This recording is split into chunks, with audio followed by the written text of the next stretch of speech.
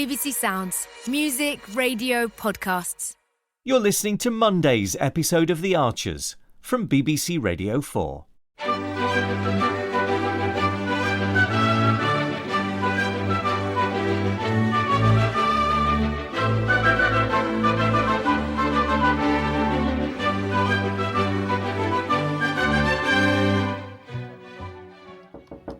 Come in. Sorry to bother you, Oliver. Morning, Ian. I know you must be rushed off your feet, but I need a word. Of course. Take a seat. I know I won't if it's all right with you. Look, I've got a meeting with our flour and yeast suppliers in half an hour. They're going to want to know when to deliver the first order and what that order will be. And frankly, as of right now, I don't have a clue. I see. Well, I'm afraid I won't be much help in that area. You'll have to speak to Ardell. Yeah, but he's not in his office and he's not answering his phone. Well, I'm guessing that he could still be away. Away? Linda Snell said he'd gone on a short break. But half the staff are trying to get hold of him. I admit the timing could have been better. I mean, we're all here busting a gut, second-guessing what Adel wants, while he's swanned off on holiday. I'm sure he'll be back tomorrow. Great. In the meantime, could you perhaps tell your suppliers that you'll confirm the exact order by email in the next day or two? Oh, yeah, I could do that if I was confident we'd have a kitchen fit to bake bread in. Is it possible that the kitchen, as it stands now, could work for the launch weekend and then be altered afterwards? No, in a word. It's unfinished, substandard. I know Adel's trying to blame me for the builders quitting, but they were ready to walk anyway. Really? Yes, really. It's a health and safety nightmare, and they would have known that. It's obvious it was designed to look good instead of work efficiently. And if I hear one more person refer to it as theatrical, I'll lose it. Right. I don't need this hassle, Oliver. Managing Adel's obvious incompetence is way above my pay grade. I hear you, and I can only apologise for what is far from an ideal situation. OK, all right. Well, look, it might be easier for me just to show you what we're up against. You come and have a look? Keep your eye on them, Eddie. If they start losing weight or showing any signs of discomfort, let me know. Ascaridia worms can grow up to a foot long. Oh, well, better to be safe than sorry, I suppose. Absolutely. And if needs be, I'll prescribe a wormer that's licensed for turkeys. You'll need to give it to them in their feed or water daily for a week. No problem. Thank you, Alistair. Much appreciated. Is there anything else I can help you with, Eddie? As a matter of fact, there is.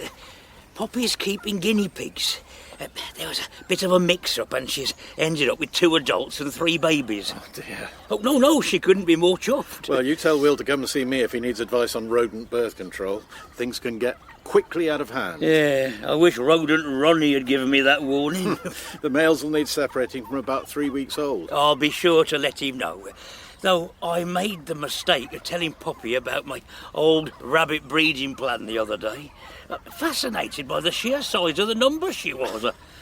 I swear that child has plans afoot. Oh. I only wish I knew what they are. Well, like I say, send Will my way. Yeah. Oh, Alistair, before I forget, Clary packed up a piece of our Halloween barmbrack for you. Oh, how kind. Thank her from me.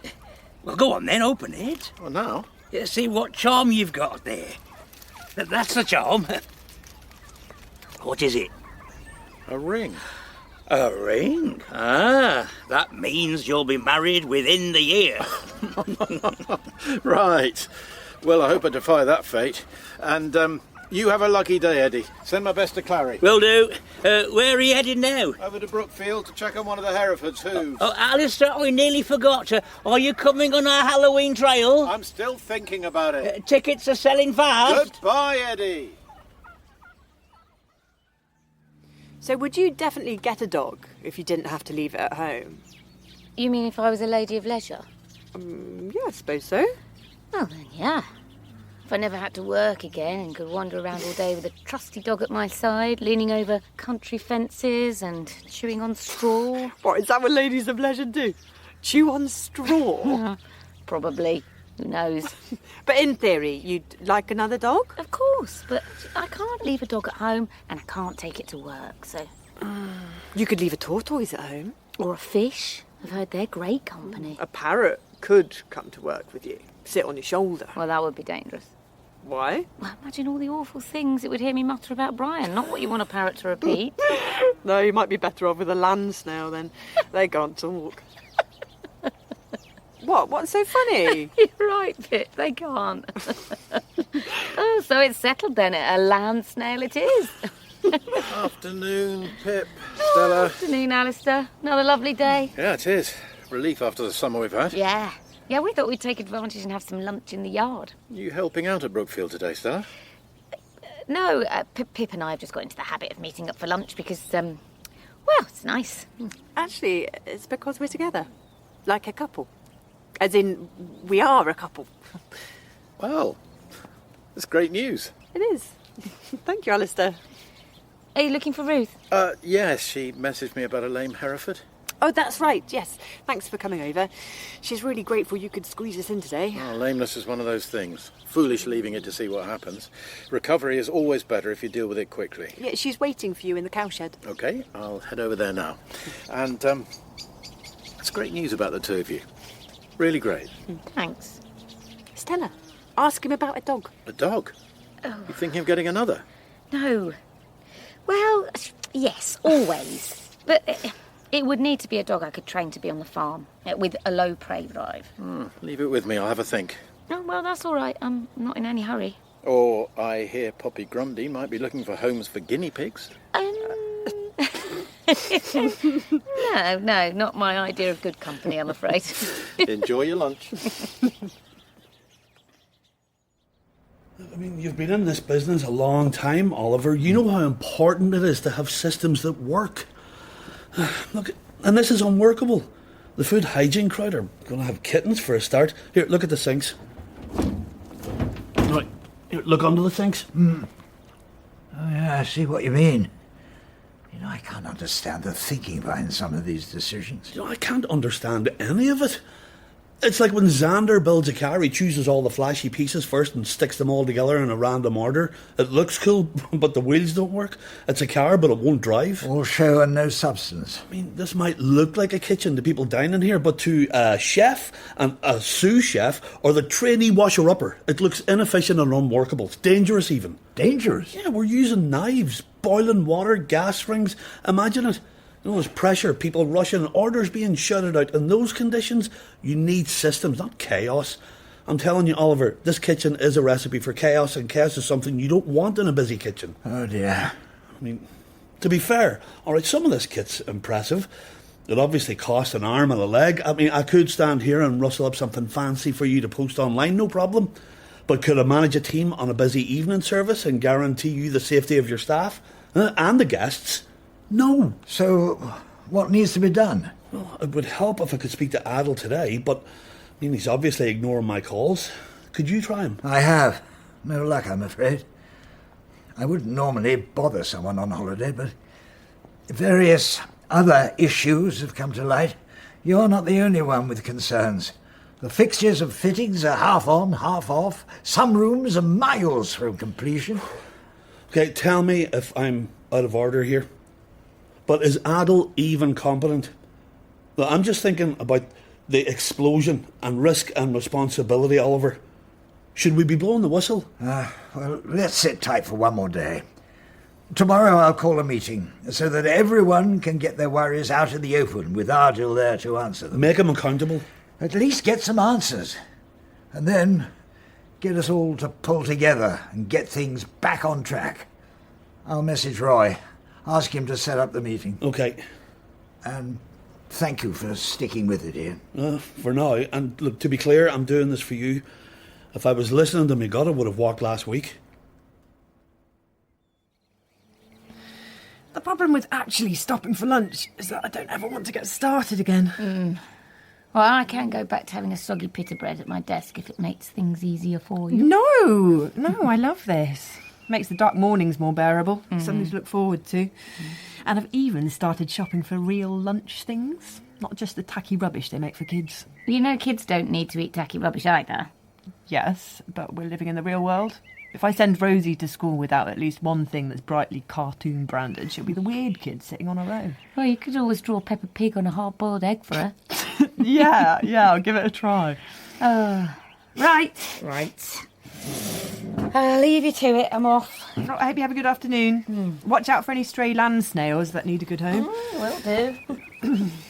It felt good, you know. Telling Alistair? Yeah, he seemed happy for us. No drama. I was a bit disappointed he didn't jump around squealing with delight, Rosie styly. Though I'm happy he didn't have as many questions as Gran. Oh, come on, she tried her best. Well, stoic in the face of adversity, I'd say. And all that pretending to be confused about pronouns. Am I a they now? Am I non-binary? She was showing off her knowledge. She'd been revising. I'm glad we're public now, though, as we should be. It's not like we're kids in a school playground. You mean you're ready to start snogging outside the Bull on a Saturday night? Yeah. Why not? Righto.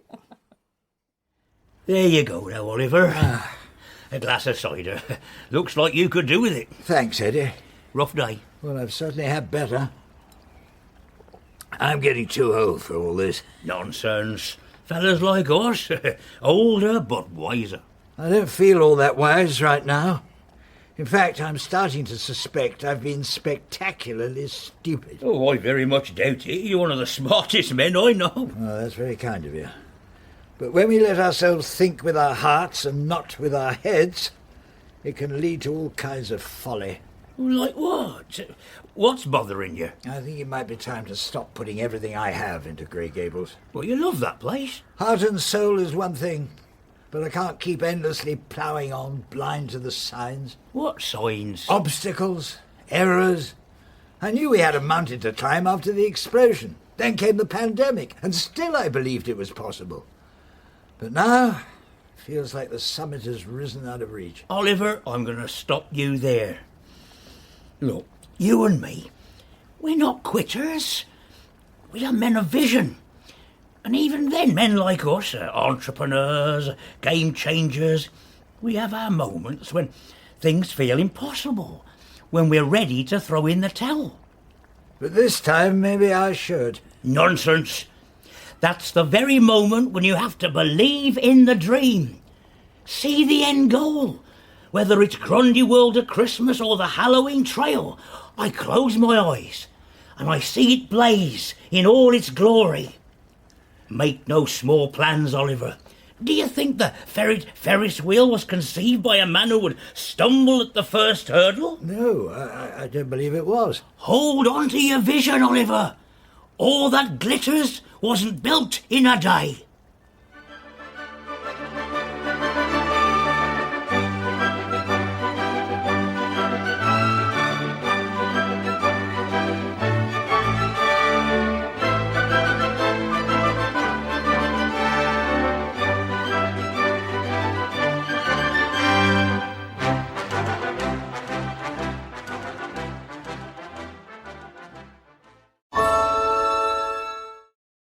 We hope you enjoyed this episode of The Archers. You can now purchase an audiobook collection featuring classic stories from the BBC's much-loved radio drama. The Archers Vintage Highlights audiobook features a series of timeless and compelling storylines from the wedding of Tony and Pat through to the shocking news of Jennifer's illegitimate baby. You can start listening to The Archers Vintage Highlights today. Available to purchase from all trusted audiobook retailers.